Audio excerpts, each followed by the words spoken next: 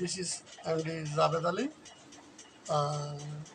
আমি আজকে অষ্টম শ্রেণীর তোমাদের 6 পৃষ্ঠার একটা কবিতা আছে। কবিতার নাম হচ্ছে ট্রু রয়্যালটি।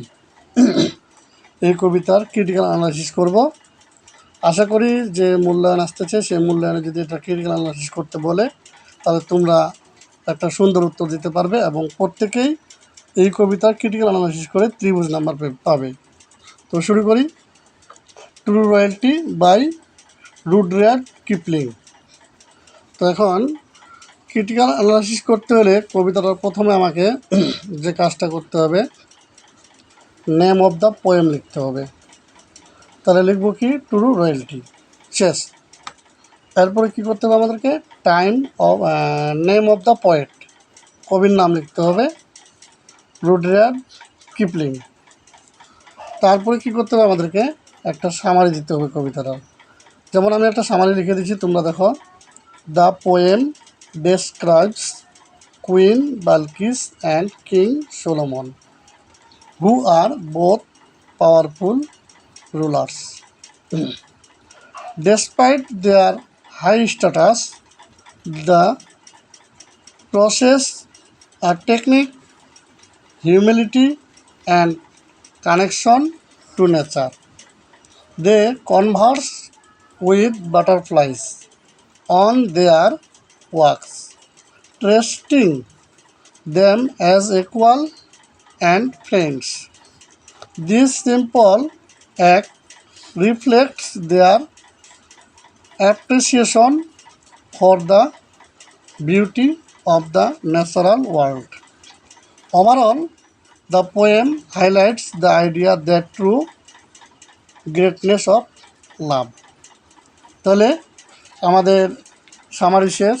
এরপরে আমরা কবিতার ওয়ার্ড মিনিংয়ে আসবো। দেখো, কবিতাতে কিছু ওয়ার্ড আছে, আমরা যদি খেয়াল করি, যেমন কুইন, তারপরে আছে ওয়ার্ল্ড, তারপর আছে ইন্ট, তারপর আছে বাটারফ্লাই, ফ্রেন্ড, কিং, বিগান, তারপরে আছে আমাদের হচ্ছে টক, তারপর আছে লর্ড এবং অ্যাডওয়ার্ড। আমরা এই শব্দগুলোর এখন ওয়ার্ড মিনিং করব। দেখো, queen goddess, world earth, end finish, butterfly monarch, talk say, friend companion, man person, king emperor, began started, lord king, Edward foreign lands, FOREIGN, foreign lands. এরপরে আমরা যে কাজটা করব, এই কবিতায় কয়টা স্ট্যান্জা আছে খেয়াল করো। স্ট্যান্জা মানে স্তবক। এই যে একটা, দুইটা, তিনটা। তাহলে কবিতা স্ট্যান্জা আছে কয়টা? তিনটা আছে। এরপরে লাইন্স বা ভার্সেস কয়টা আছে? দেখো, প্রতি স্ট্যান্জায় 4টা করে লাইন আছে। যে 1 2 3 4। তাহলে মোট লাইন কয়টা আছে? 1 2 3 4 5 6 7 8 9 10 11 12। তাহলে আমাদের লাইন আছে মোট 12টা। তাহলে লাইন্স হচ্ছে 12। এবার রিমিং প্যাটার্ন, অর্থাৎ এই কবিতার প্রত্যেক লাইনের শেষে কোন লেটারটা আছে খেয়াল করো। প্রথম লাইনের শেষে এস আছে, প্রথম স্ট্যান্জার প্রথম লাইনে, তারপরে আছে ডি, তারপর আছে ওয়াই, তারপর আছে ডি। এবার দ্বিতীয় স্ট্যান্ডাতে আসো, এন এন ওয়াই এন। এবার তৃতীয় স্ট্যান্ডাতে আসো, এ ডি এস ডি। এটা আমরা কিভাবে লিখব খেয়াল করো, আমরা এটা এভাবে করে লিখব। স্ট্যান্জা 1 লাইন নাম্বার 1 এস, 2তে ডি, 3তে ওয়াই, 4-এ ডি। ঠিক এভাবে আমরা এগুলো লিখব। এরপর যদি এটা লেখা হয়ে যায়, এরপর আমরা যে কাজটা করব, এন্ড অফ দ্য পোয়েম, অর্থাৎ আমাদের যে স্তবকের যে মিলগুলো, অন্তমিলগুলো, এটাকে বাংলায় বলা হয় অন্তমিল। অন্তমিল। আচ্ছা, আমি একটু বাংলায় বলে নিই। যেমন আমরা একটা কাজী নজরুল ইসলামের আমি হব কবিতা দেখো। আমি হব সকালবেলার পাখি, সবার আগে কুসুমবাগে উঠবো আমি ডাকি। এই যে পাখির সাথে ডাকির মিল হয়েছে, এরকম অন্তমিল কী আছে দেখো। আমরা যদি বইটা খেয়াল করি, এটা যদি এ মনে করি, এটা এ, এটা বি, এটা সি, এটা বি। আবার দেখো, এটা হলো আমার বি, এটা হলো ই, এটা হলো এফ, এটা হলো ই। এখানে দেখো জি, তারপরে এইচ, তারপরে আই, তারপরে এইচ। তাহলে আমি এই স্ট্যান্ডার্ড মিলগুলোকে লিখবো এভাবে করে, A B C B, standard 2 D E F E, standard 3 G H I H. এবার সর্বশেষে আসবো আমরা ফিগার অফ স্পিচে। এটা আমাদের এই হাই স্কুল শিক্ষার্থীদের জন্য একটু কঠিন ব্যাপার, তো তারপরে দেখে নাও। আমি তোমাদের ফিগার অফ স্পিচ দেখাচ্ছি। যদি কোনো সেন্টেন্সে লাইক কি থাকবে, লাইক থাকবে। যদি কোনো সেন্টেন্সে লাইক থাকে বা অ্যাজ থাকে, সেই সেন্টেন্সটা হবে ফিগার অফ স্পিচ।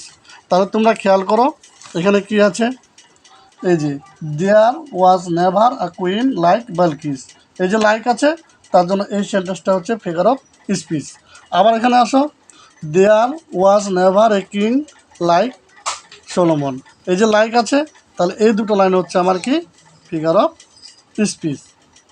এই দুটো লাইন হলো আমার figure of speech. Figure of speech যদি শেষ হয়ে যায়, এরপরে আমরা সব শেষে আসবো পোয়েম অ্যানালাইসিস, অর্থাৎ কবিতার কিছু অর্থ দেখো।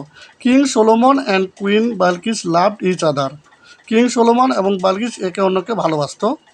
দে also loved nature and butterfly, তারা প্রকৃতি এবং প্রজাপতিকে ভালোবাসত। Although they were as mighty as Asia, যদিও তারা এশিয়ার মধ্যে সবচেয়ে, এখানেও আমি একটা সিমিলি ইউজ করছি, মাইটি শক্তিশালী বাচ্চা ছিল, but they believe by a little creature butterfly. তাহলে এটুকু লিখলে আমরা আশা করতে পারি যে এইভাবে করে সুন্দর করে লাইন বাই লাইন করে লিখলে আমরা একটা ত্রিভুজ নাম্বার পেতে পারি। এবং তোমাদের যদি ভালো লাগে, এটা যদি উপকার মনে হয়, তাহলে অবশ্যই আমাকে কমেন্টে জানাবে। আমার এটা প্রথম ইউটিউব চ্যানেল এবং প্রথম ভিডিও, আশা করি ভিডিওটা তোমাদের ভালো লাগবে। তোমরা যদি স্ক্রিনশট নিতে চাও, তাহলে একটা স্ক্রিনশট নিতে পারো, আমি দিয়ে দিচ্ছি, একটু খেয়াল করো। এটা হলো পেজ নাম্বার 1, তারপরে এটা হলো পেজ নাম্বার 2, খেয়াল করো, এটা হলো পেজ নাম্বার 2, তোমরা স্ক্রিনশট নিয়ে নিতে পারো। আর এটা হলো পেজ নাম্বার, এটা হলো পেজ নাম্বার 3, তোমরা স্ক্রিনশট নিয়ে নিবা। তারপরে এটা হলো পেজ নাম্বার 4। তাহলে এইভাবে করলে, অ্যানালাইসিস করলে আমাদের কবিতাটা খুব সুন্দর হবে, আমরা ভালো নাম্বার পাবো। ধন্যবাদ সবাইকে। আসসালামু আলাইকুম ওয়া রাহমাতুল্লাহি ওয়া বারাকাতুহু। দেখা হবে আবার অন্য কোনো ভিডিওতে।